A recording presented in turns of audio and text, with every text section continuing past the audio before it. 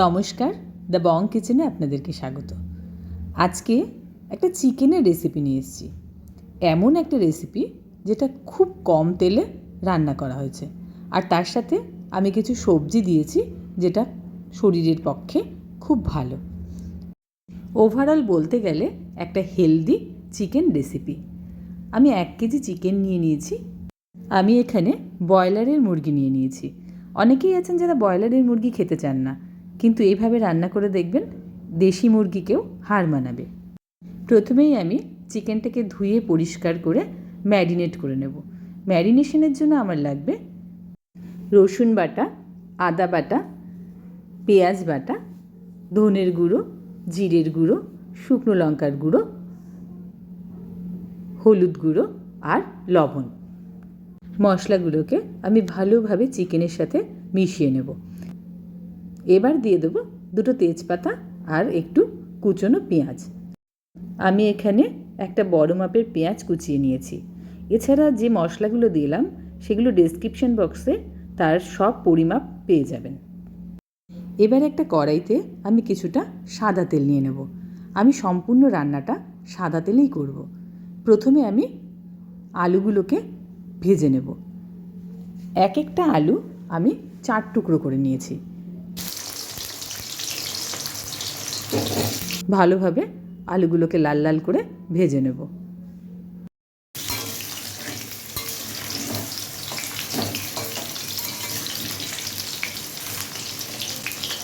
ভাজা হয়ে গেলে আমি এগুলো কড়াই থেকে তুলে নেব।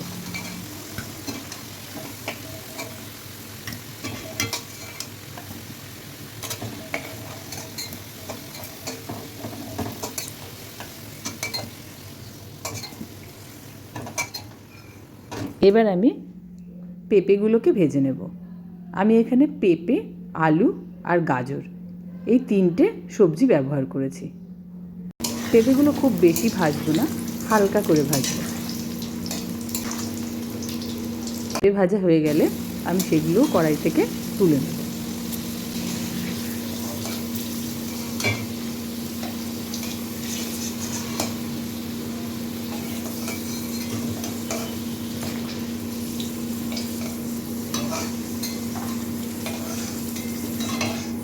এবার আমি গাজর ভেজে নেব।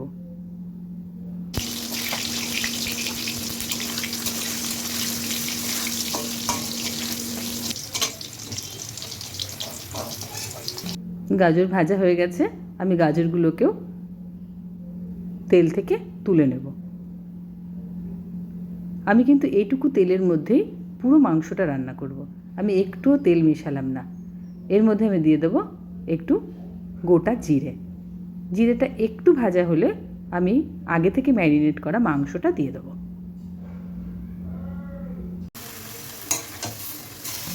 ভালোভাবে কষিয়ে নেব। এবার দিয়ে দেবো কয়েকটা কাঁচা লঙ্কা আর 2টো টমেটো।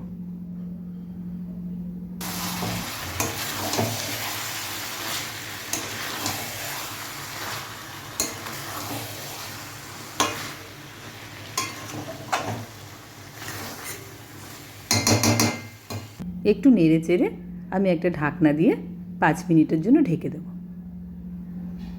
ঢাকনাটা খুলে দেখব, দেখুন কতটা জল বেরিয়ে এসছে। সম্পূর্ণ এই মাংস থেকে জলটা বেরিয়ে এসছে।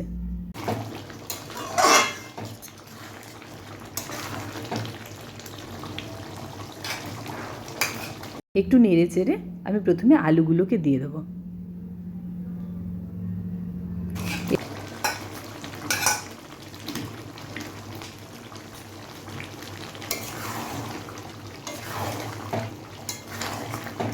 এরপর আমি ভাজা পেঁপে আর গাজরগুলো দিয়ে দেবো।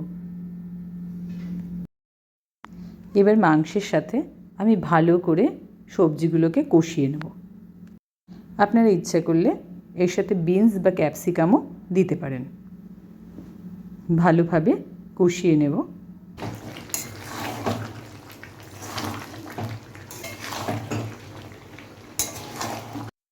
ভালোভাবে কষানো হয়ে গেলে আমি দিয়ে দেব গরম জল। আপনারা যখন চিকেন রান্না করবেন বা মাটন রান্না করবেন সব সময় গরম জল দেবেন, তাহলে টেস্টটা খুব ভালো হয়।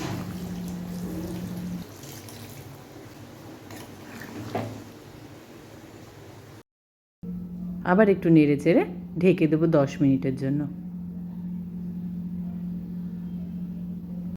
ঢাকনা তুলে দেখে নেব আলু আর অন্য সবজিগুলো সেদ্ধ হয়েছে কিনা।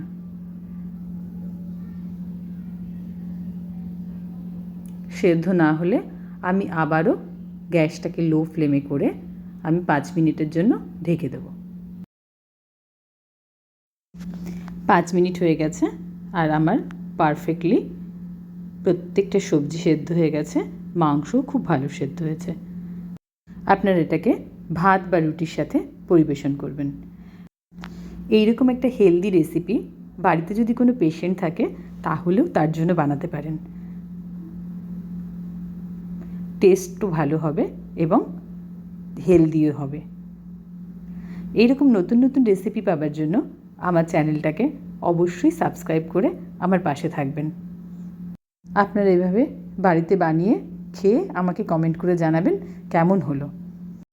এছাড়া যদি আপনারা কোনো হারিয়ে যাওয়া রান্না বা পুরনো রান্না দেখতে চান আমার কাছে, তাহলে আমাকে অবশ্যই কমেন্ট করে জানাবেন, আমি যথাসাধ্য চেষ্টা করব। দেখা হবে অন্য কোনো রেসিপির সাথে। ভালো থাকবেন, ভালো ভালো খাবার খান, সুস্থ থাকুন। ধন্যবাদ।